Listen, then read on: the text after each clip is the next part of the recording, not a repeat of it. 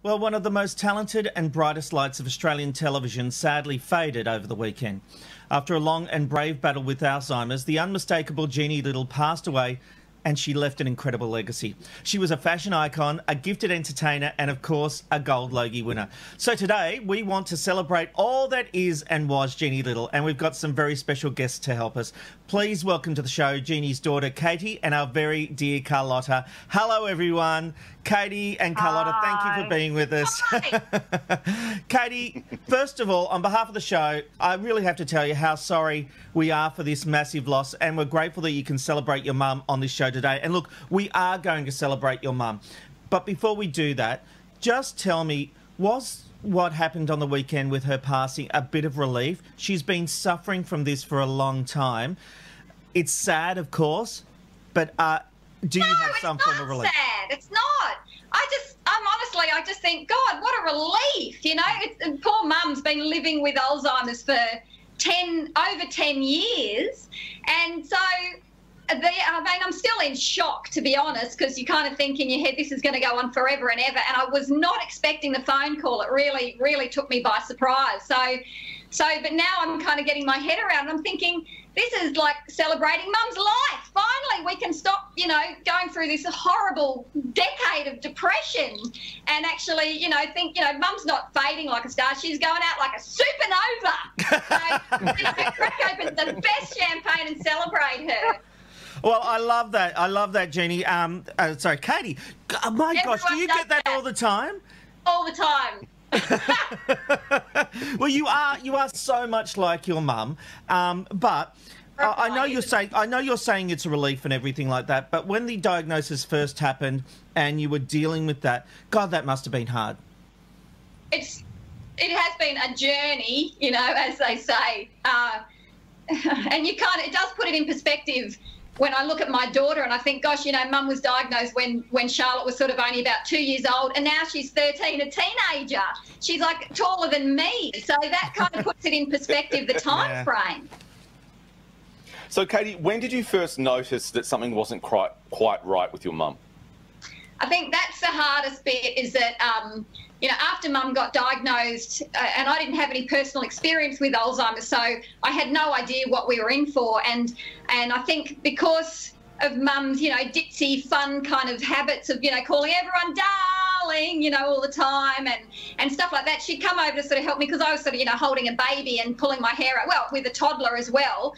No idea what I was doing, and saying, here, put a nappy, on the baby. And she'd come back and say, oh, is this how you do it? And the nappy would be on backwards, and I'd be just thinking, oh, for heaven's sakes, I haven't slept in, 2.5 years. How can you not know how to put on a nappy? So, but I didn't realise that there were some serious things going wrong at that point at all. And the symptoms were so masked. Mum was still doing Beauty and the Beast at that point too. And, there was a few odd things, and also performing live as well with her cabaret show. So after, it all just came to a terrible, it just really ripped our whole family apart. It wasn't just dealing with the grief of losing mum. It was this enormous sense of guilt that I hadn't been patient with her, that I hadn't noticed any of these signs or anything. And that seems to be a really common thing, that a lot of people who, who are going through this with their own families, it's just the most heart-wrenching illness. It really is. Katie, I just want to say I wish that you could see my Facebook over the last 2 days, because I cannot get over the LGBTI community support of your mother. I can't even begin to tell you. I saw more about your mum than I did about the election, and that just goes to show you the amazing impact that she's had on the LGBTI community's life. Was it fantastic to have these parents? I mean, your dad and your mother, how long were they together for? Oh, like forever. Like, it's the most amazing, fascinating story. And honestly, that's why I did sit down to write my book, after mum was sick and we went through the absolute torturous hell of, then mum went into care, and I've always been a writer, always wanted to be, and I thought, I'm going to sit down and write a memoir about growing up as a child really because I wanted to get back into the headspace of remembering Mum, how she wanted to be remembered, you know, when she was, you know, full of creative energy and unstoppable and wonderful. And really, like, you know, the story itself of growing up in this big, tall terrace house in Paddington with my mother in the sewing room upstairs, you know, sewing, and my father down in the basement, who was a fabulous interior designer, and their crazy relationship, you know, that the book really, pages and chapters, just wrote itself because of the intricacies and the most interesting, you know, aspects of our whole, you know, and I'm an only child. So it was such an unusual, fabulous upbringing, and really their relationship, like, you know, Dad only died a bit over a year ago, and even after that I thought, gosh, I know everything, and then stumbled across a bag full of letters and went, boom, mind blown again. More stuff, you know. I sort of was saying a joke when I was doing stand-up comedy, saying, you know, when I was researching the book, I expected to find a few, you know, skeletons in the family closet. I just didn't expect to find my father in there with them. So, you know, I'm 46 and I'm still, like, keep getting my mind blown, going, wow, my parents are really interesting, and I love that. Fantastic. Yeah. They are, and we're going to bring Carlotta in a second, but I wanted to ask you on your dad, how did he take the news of your mum's diagnosis, and how did he deal with that before his death? Wow, well, you know, my parents were both such fascinating, interesting people, and you know, both really strong in their own way, and Mum always held her own. And I think, you know, when the Alzheimer's took hold, Mum became sort of weaker and more dependent on my father.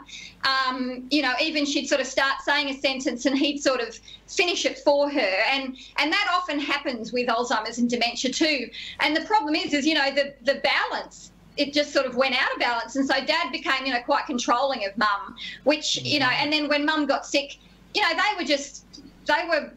were each other's soulmates. So, you know, how do you go on after that? So really, I kind of felt like it was my duty, once I thought, you know, Mum's okay, she's being looked after and she doesn't really know what's going on by this stage. So I just focused all my energy on my father and thinking, I just need to help him get through and to sort of get to a point, I don't know, where life is worth living again. You know, how do you do that after someone as fabulous as my mum and the incredible life that they lived together? So, you know, it wasn't until suddenly, you know, complications happened with my dad, and we both realised that he was going to die, and there was this moment, I think, of like shock, you know, and realisation with the two of us to sort of go, wow, we got this far. We've got this far.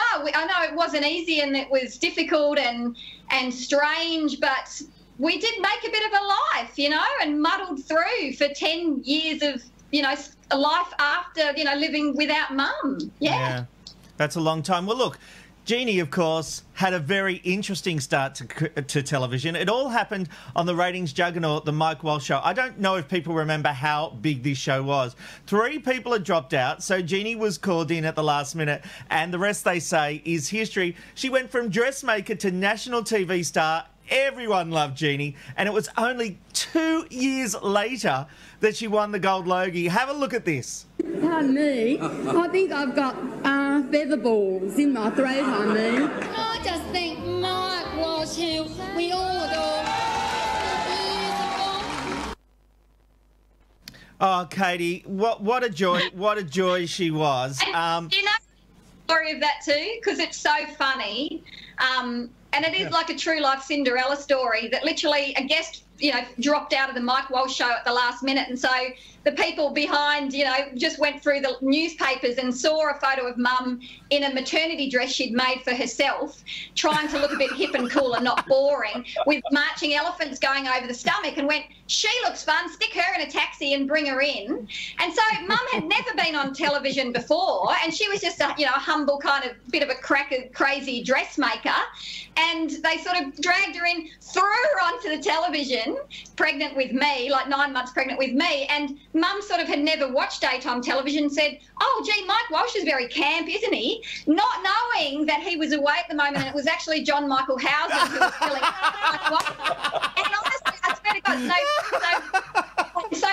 John Michael Housen thought that the crew were playing a practical joke on him by sending on a drag queen with a pillow stuffed up her dress. So he kept saying the whole time, well, you come back and see us when you've had the baby then, won't you? And Mum kept saying, all right, I will. And so that's really what they say, you know, that's just the most incredible. That's just amazing. It's the most incredible real-life Cinderella story.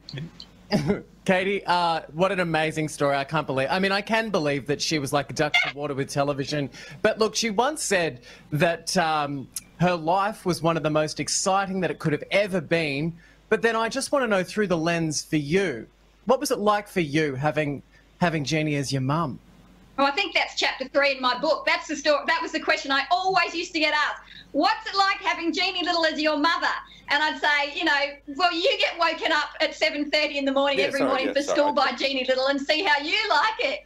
Because she was like that all the time. So, you know, she was fabulous, like non-stop. I think lots of people assume that she was, you know, it was a put-on performance like Norman Gunston, like a character. But it wasn't. It was Mum all the time, just like that. I've got to say, I often thought it was a character. Carlotta, she was a much-loved friend of yours, wasn't she? Yeah, look, I've known Jeannie for years. I mean, I met Jeannie before Katie was born, and you know what it is with her is she was Australia's Lucille Ball. Yes. You know, she was just, you know, when you think of it, she was to Australia like Lucille Ball was to America. She was unique. She was different. I've always only had admiration for her. I had so many laughs with her when I worked with her, and she was so good to me when I first joined Beauty and the Beast, and I had to take over from Rose Hancock. And Jeannie just took me under her wing, you know, because I was very nervous about doing television. And she was, look, she's just an icon, and you know, and I miss her very much. But I've got to take my hat off to Katie. She's just, what a wonderful daughter, and what a wonderful. I wish I'd have had that relationship. You know the stories of my mother and my stepmother. I just wish I'd have had that relationship, because that it was just. It's like dreams come true when you have a relationship like that with your parents. That's I just think it's wonderful. She's been such a... I admire her so much. Katie, I'm talking about. So sweet. So sweet. No, but it's true, Katie. You know, you've been through tough times, darling, and you've stuck by her. You looked after your mum and dad. It's sad that it all happened together. And what I wanted to ask you about the costumes were, I hope they're going to go into a museum. If you've got some of her costumes left, they should go into a museum. She should be cherished. Wouldn't that be fabulous? And I'd love to do like an exhibition or something of Mum's costumes. Yes, you should. You should. It's because she was unique. I've never known anyone. I've been with functions with Jeanne says, oh, I don't know what I'm going to wear.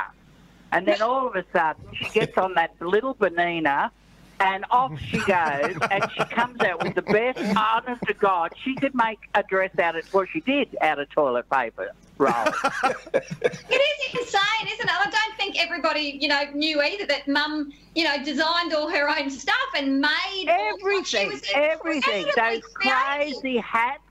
I remember one Logie's, she arrived, and she had bloody seagulls all over her. And she we just looked forward to, and I remember a Beauty and the Beast time, when we were doing Beauty and the Beast, we did a thing on Mardi Gras, and she arrived and she said, I heard her in the dressing room, and she's saying, oh, I hope Carlotta doesn't get upset with what I'm wearing. And when I looked at her, I just pissed myself laughing. She came as half man, half woman. Oh, how fantastic. Carlotta, was she the same? I've got those photos in my album. Look, I tell you, she was just... And she thought she'd upset me because she was half man, half woman. I said, well, you got it right. Carlotta, was she the same on air as she was off air? She's exactly... Jeannie never changed. I mean, Jeannie was unique. You know, everyone used to say to me, oh, she puts that on. And I said, no, she doesn't. That is Jeannie. Yes. Jeannie, that is Jeannie. That's why she was so unique. She is Australia's Lucille Ball. Yes, she is. Absolutely. The stories that, oh my God, I could tell you about Beauty and the Beast. I mean, Stan didn't know how to handle her. Well, tell them, Carlotta. Tell them. That's what you're here for. Well, Stan couldn't handle it. He said he was frightened what she was going to come out with, but she came out with some classics. And, you know, it was just, you know, Jeannie was just television. She should have had her own shows. You know, that's what I really respect about Mum, particularly the last few years where politics, you know, world politics and everything has become so divided. And I think that's really, you know, I've taken a lot of inspiration from that. But I think I'm not going to be afraid to say something, not in a hurtful, awful way, but Mum used to at least start a conversation. And so I did a whole blog post on it, you know, to do with stand-up comedy, like, you know, the more terrifying thing, you know, to do with the George Floyd Me Too movement isn't racism. It's not talking about racism. It's about, you know, going off in two separate directions and not bridging any communication at all. And you kind of think we've all just got to get over ourselves and just kind of think, you know, we need to talk about some of these serious issues without it, you know, just blowing up into some kind of crazy thing where nobody's getting on with each other. So Mum was really fabulous at that, communicating with people. Look, darling, you know what? There's a story I want to tell you, which I don't, because I'm one of those people I've never spoken out of school too often. But Jeannie came along to my This Is Your Life. And she came up to me after, when I had the after party, and she said to me, Carlotta, she said, isn't that Abe Saffron? And I said, yes, love. She said, she said, you got everyone and gangsters. I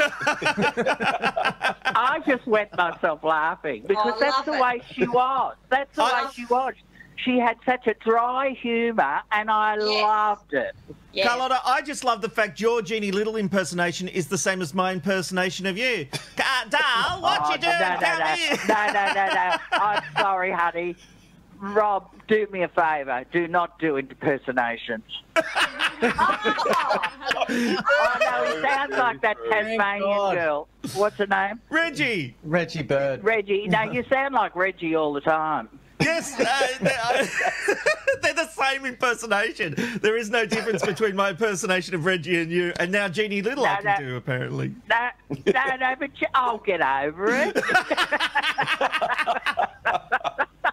Well, talking See about what I have to put Katie. up with, Katie? Actually, I was thinking while you were telling that story too, lovely, there was one incident that popped in my head. Lovely Channel 9 said, come in one day and watch the show being filmed just as a thank you for me doing something. I went, oh, that's really sweet. And it was actually lovely because I got to take my family along to watch their, I don't even know what their, is it the Today Show? I'm not up to date with everything. And yes, it's so the I dragged Today them all on because I used to go there as a little girl at the Willoughby studio. So it was quite fun for me to take along my kids and my husband, not being on it and just able to sit. And they gave us a little special couch. And I thought, gee, this is sweet.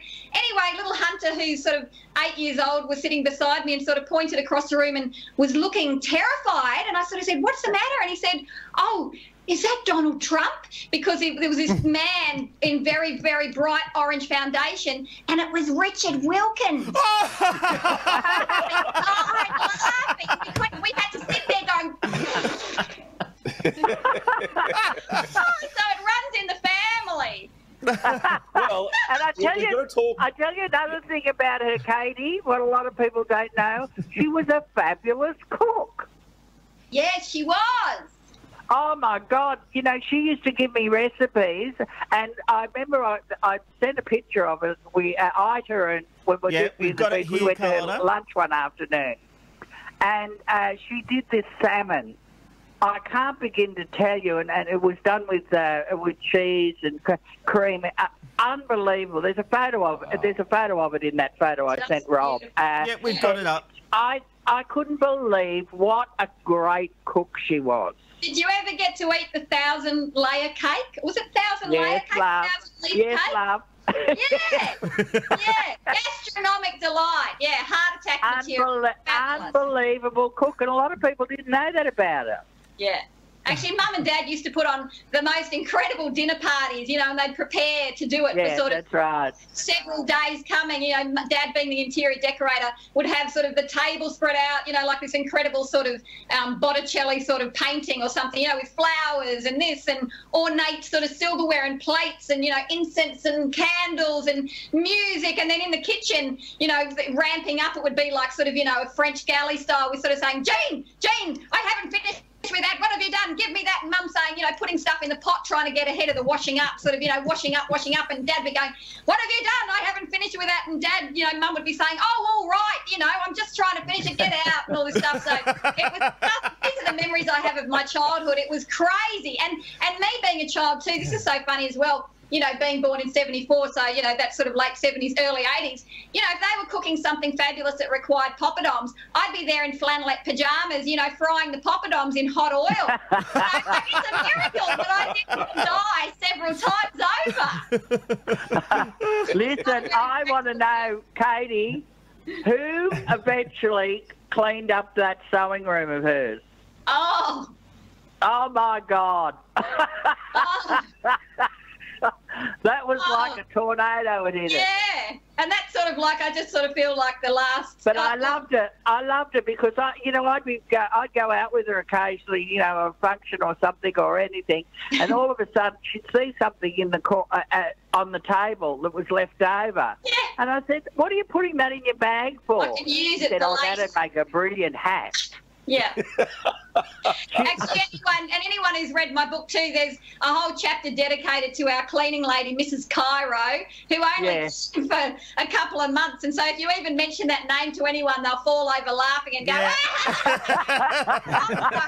Absolutely. All righty, so they've got to, I don't know who, you could play her actually. They've got to make a movie of her next. Yeah, I'm writing the bloody screenplay. Sorry for swearing, honestly, but I kind of think, gosh, I just have to get on and do it now. There's no more time to waste. I was thinking, well, we better enroll you into acting school. A fabulous kind of Hollywood-style movie. I'm like, I've been re-watching all the fantastic old John Waters movies going, no, actually, I want it to be ultra-low budget. Yes. Yes, absolutely. Robbo. Well, obviously, a big part of it will be the voice. Now, the voice of Gina Little is obviously legendary. And as we've said, she appeared so many times in the Mike Wall Show. And for some reason, they decided to bring Jeannie in to explain some really expensive software that Channel 9 had just bought. And it was hilarious. Have a look at this.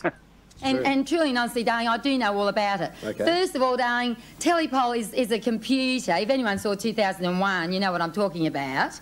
And, darling, for the people who didn't see it, all you do, darling, is you ask the question and you want to sort of give your opinion on it. So you just dial this number and everything. Someone's holding up all the instructions to me, but I'd rather tell them, darling.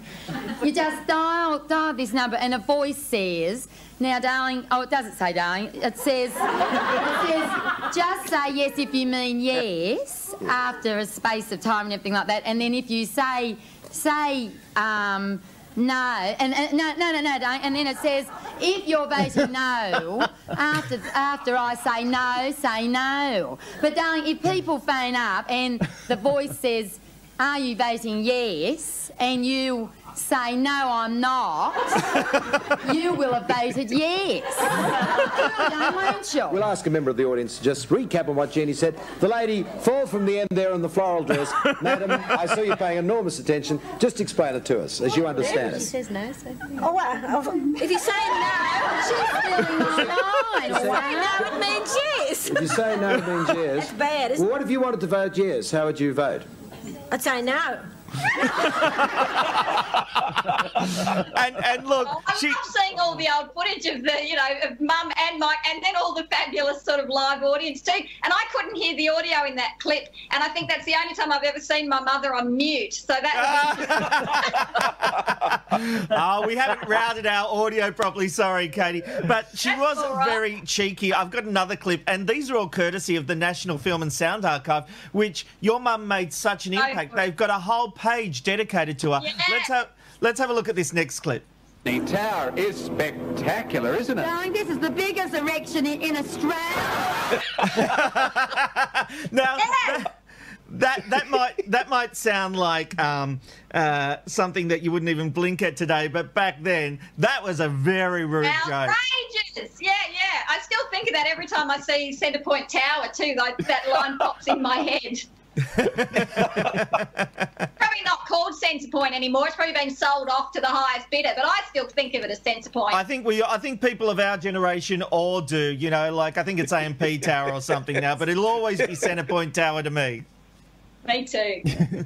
And Katie, we have also managed to dig up this little gem, which is amazing. Does Katie talk as well, or are you the only one? Oh, do you talk?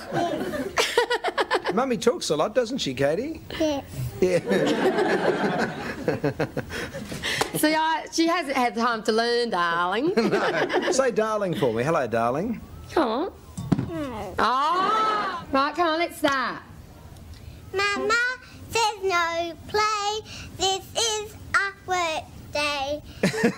If you will help me climb up the tall tree, shake the papaya down. Oh, yes, the hips have to go all the time. I see. Well, I think it's going to be a chartbuster. I think it's going to be sensational. That's absolute. Now start the other one. Oh, no, don't. No, well, look, a very nice meeting you, Katie. And Mum, thank you for being with us today. Oh, and those hips have never stopped jiggling, have they, Katie? And I'm flashing Katie... a nipple. Oh. Yes. Katie, was there ever an expectation that you were going to follow in your mum's footsteps? Like, was there a lot of pressure? Yes, all the time. I've just been waiting in the wings a long time. Well, Katie, Carlotta, I've got to ask, is there one last thing you want to say to Katie? We have, this has been a fabulous interview, and I've just loved this. But, Carlotta, I'll give you the final word. Katie, love you, darling. I tell you what, as soon as this girl up here opens the borders, you and I are going out for a drink, darling. Yes, we are. Yes, we are. Same here. Love you, I love you, sweetheart. You've done a marvellous job. She'd be so proud of you. Oh, cheers, darling. I couldn't agree with that. And, Katie, I almost called you Jeannie again. That's cool. I answer to anything. You know what? We'll have to get you on the Ben Robin Robbo show just to be our fourth panellist and get your views on all the hot topics of the day, because you are a star in your own right, and you do have a lot to live up to with your mum. Sorry? I love being controversial. Great. Well, that's what we are here, so you're more than welcome. Hey, look, if you want to relive or discover the brilliance that is Jeanne Little, head to the National Film and Sound Archive, search her name, and there are heaps of brilliant clips from her career. Carlotta, thank you for joining us today. Thank you, darling, and I think that's a brilliant idea, her joining your show. I have them occasionally. Katie, seriously, love your work. Thank you very much for being on the Ben Robin Robbo show today. Absolute pleasure. Gee, it's been a delight. Thank you. It's the Ben Robin Robbo, Ben Robin Robbo, Ben Robin Robbo show.